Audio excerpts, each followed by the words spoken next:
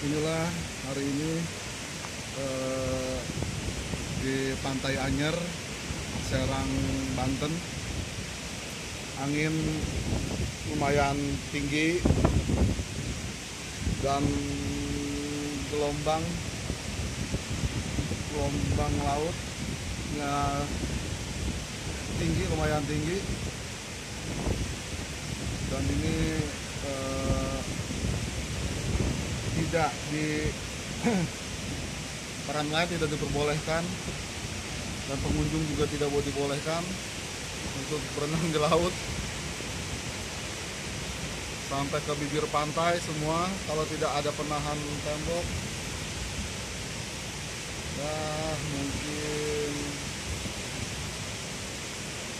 bisa jebol, bisa masuk nih air ke hotel.